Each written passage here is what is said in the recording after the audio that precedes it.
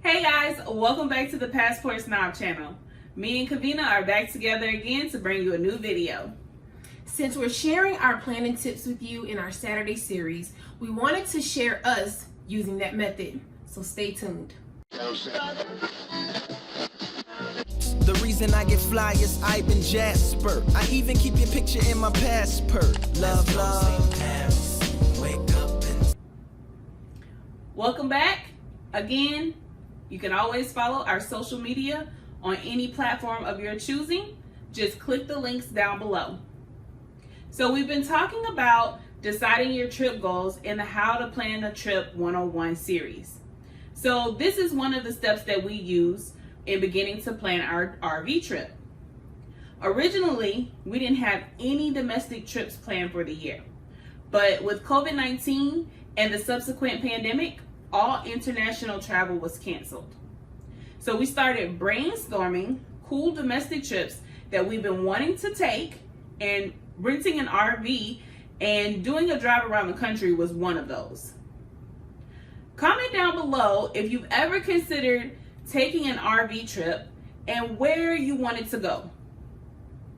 So to us, renting and driving an RV seemed like an adventure in itself that we definitely wanted in on. So the second step is deciding when you would take your trip. Since we hadn't taken a trip since March and Thailand got canceled in May, we wanted to take one as soon as realistically possible, so the summer just happened. The third step is deciding on a budget. I'll admit, we didn't go into this trip planning with a set budget, but as we started looking into RV rentals, we quickly knew what we didn't want to spend, and spending $2,000 for the RV alone was not it.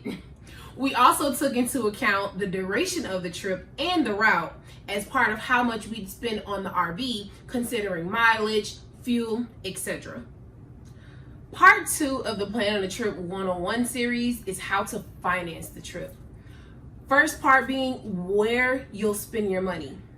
You have to consider what's important to you, so you'll know how much to spend in what bucket of your money.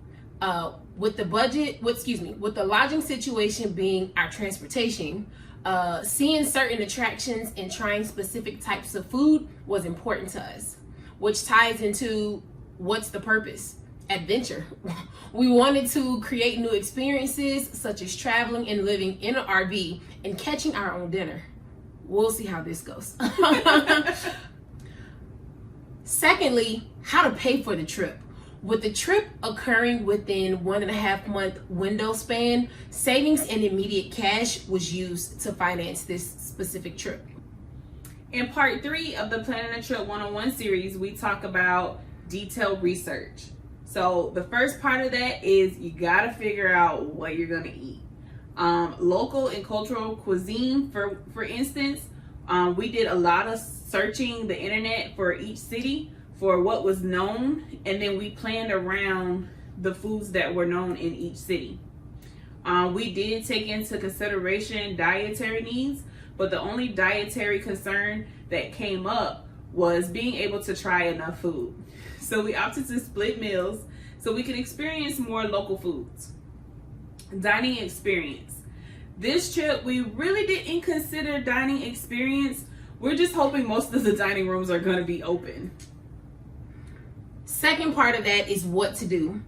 This for us is a mix of educational and adventure. We have some culture experiences mixed in, so this is all around. We're catching all of the buckets that we mentioned in that what to do video. When we were planning our transportation, we had to consider whether we travel around each city in the RV, tow my car, or use another method of transportation in each city. As we record this video, honestly, we still are not 100% sure what we will do, but we know that we won't be towing my car. Last part of the detailed research is travel etiquette.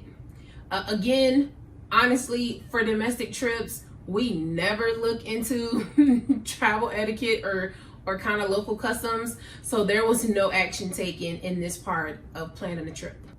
Stay tuned for our first RV trip experience. For more content on tips, tricks, reviews, and hacks, make sure to subscribe, hit the notification bell, like, and share. Until next time, guys. I thought you were taking us out.